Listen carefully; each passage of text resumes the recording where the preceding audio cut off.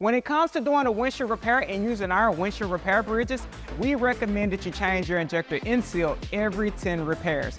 The reason being is you want a nice and tight seal on the glass so you can get the resin all the way down the barrel and into the brake, and it helps you get through your pressure and vacuum cycles. But maybe you're like me and forgetful at times, so here's a quick tech tip and a reminder to help you out.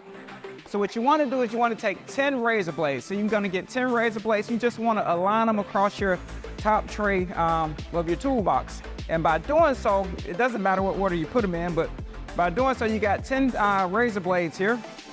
And what we're doing now is we use one new razor blade for every repair. And as we get to our last razor blade, we now know we need to add 10 more razor blades and change our injector end seal. So there you have it, a quick tech tip and reminder to help you change your injector end seal every 10 repairs and to use a new razor blade for every repair. And as always, if you have any questions or concerns, or if you have a tech tip, don't hesitate to drop a comment below.